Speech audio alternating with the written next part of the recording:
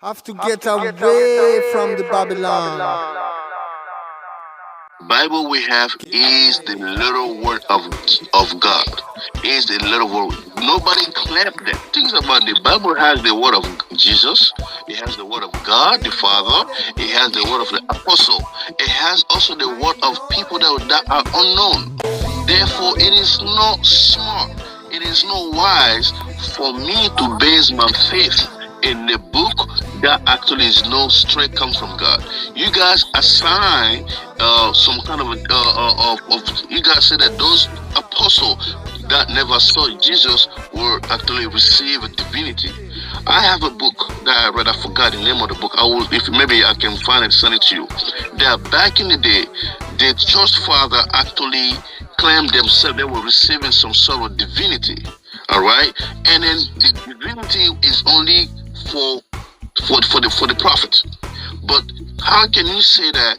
Oh, I received a revelation when in fact you know the apostle of Jesus, you were not around him. Somebody that came from 100 years, 200 years, 300 years, and you claim that you received a revelation. That is something that has to be questionable. That's why we question the Quran, because there's no eyewitnesses for the Quran. You're 700 years later. You're almost 1,000 miles away. Who were the eyewitnesses of Isa ibn Maryam, as we read about in the Quran? And Bubba's like that. By that criteria, you would have to negate everything that Muhammad said as well. By that same criteria, right? Oh, I don't understand what I mean.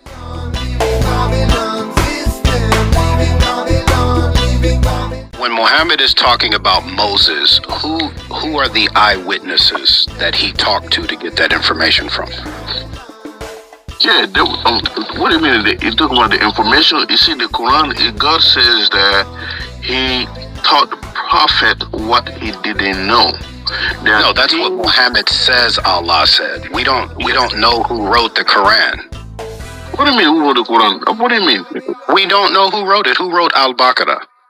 Okay, give me a second. The Quran was revealed to Prophet Muhammad Sallallahu Alaihi Wasallam, and he taught. How do you know? How do you know? Yes, Yeah. because there's actually a written record of things that happened during his lifetime, and that has been Where? covered there. Yeah, there's a manuscript. Where? What? If you want to get a manuscript, What's the name of the manuscript? Yeah, there's a manuscript of the Quran, and then there's also a manuscript of some of the since the Prophet Muhammad was alive, there is the name of a few scribes that was his time was writing things down. Give me the name of one of those scribes. Okay, I have to go to my stuff and then look and then tell Here, you. I'll give you one. Yes. Zayd bin Thabit. Yes, Zayd bin Thabit. Yeah, he was one of them. Okay, so Yeah. which one of the surahs did he write? You have 114 of them. Which ones did he write? Okay, now the Quran we This have should be easy. 114 surahs. Just name one of them that he wrote. everything that was said told him everything. No, he didn't. As a matter of fact, your traditions say that I said everything that was told him, Prophet told him. That's what he wrote down. Everything that was told him. Zayd bin Thabit is on record as saying that it would be easier to move a mountain than it would be to collect all of the sayings of Muhammad. Collect. It's not good. Something they didn't understand. Okay, so the point that I'm trying to make is you're appealing to Hadith literature, which was first written down that we know of 250 years after the time of Muhammad. Okay, no. Hang on. What I'm telling you is when I go to 1 John, chapter 1, verses 1 through 4, and 1 Peter. Chapter 1, we have the apostles Peter and John testifying that they were eyewitnesses of the majesty of Jesus. Their information came from them being with Jesus, Jesus calling them as apostles of his message and his ministry. Who were the eyewitnesses of Isa ibn Maryam in the Quran? Okay. The Quran actually does not give him many detail of Isa. It's a yes or no question. Did Muhammad consult eyewitnesses of Jesus's life and ministry, or did he just claim that it was revealed to him? It was revealed to him. Okay, so who am I going to trust? Am I going to trust someone who was with Jesus for 3.5 years, or somebody who comes 700 years, 600 years later, 1,000 miles away, speaking in a different language? I'm supposed to believe him over eyewitnesses like the Apostle Peter? Okay, there were many people around that time that didn't know him, but they believe in him. There were many Jewish people that actually believe. More reliable, the Apostle Peter or Muhammad? Muhammad's 100%. What are you talking about? Okay, so the person that ate with Jesus, walked and talked with him for 3.5 years, was there with him, whom Jesus explained everything to.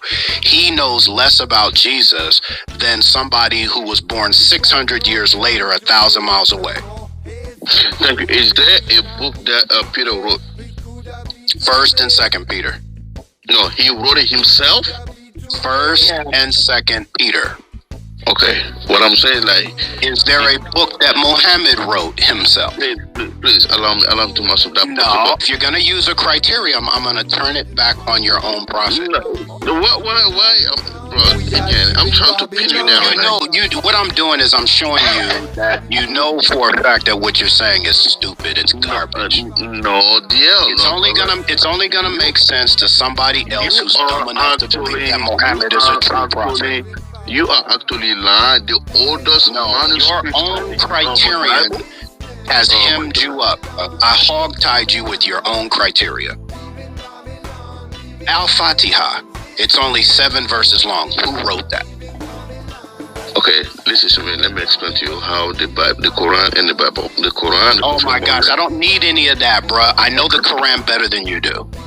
Really? Now, if you don't believe me, we can open up another room and you and I can go toe to toe on that. I will debate you just on the Quran itself. Surah 80, ayah 1 through 7 says that Allah entrusted the writing of the Quran to scribes. Plural, scribes. Okay, name one of these scribes who wrote Al-Fatiha. Which one of them wrote it? Okay.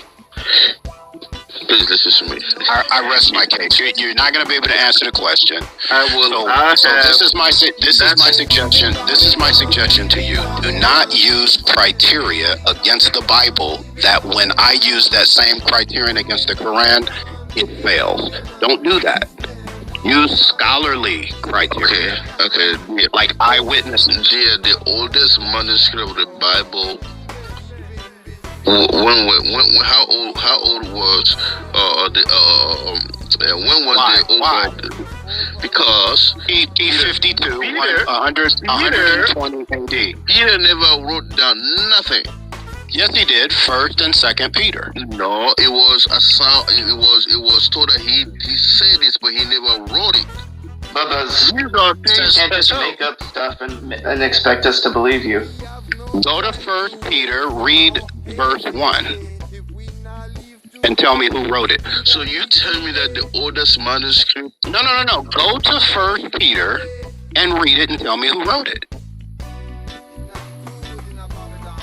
First of all, allow me to fill this space. Exactly. So let me let everybody else know a problem that he has. He has a problem with Jesus. Jesus says in Luke chapter 10, verse 16, to his apostles, he says, he who receives you receives me. He who rejects you rejects me, and he who rejects me rejects the one who sent me. If you reject Peter, you reject Jesus. You reject Jesus, you reject the Father. It's all connected. So you're basically looking at epistles whose author identifies himself as Peter, and you're saying that's not him. But then when I go to the Quran, I don't have anybody identifying themselves as the writers of these surahs. But I'm supposed to believe that over somebody who was an eyewitness of Jesus. What you believe is stupid. Hopefully, you won't ever say some dumb stuff like that again.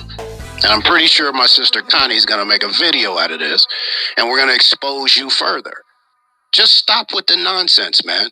You know good and darn well an eyewitness account is more reliable than some source that came 6 centuries later by a guy speaking another language 1,000 miles away. You know that for a fact. I know that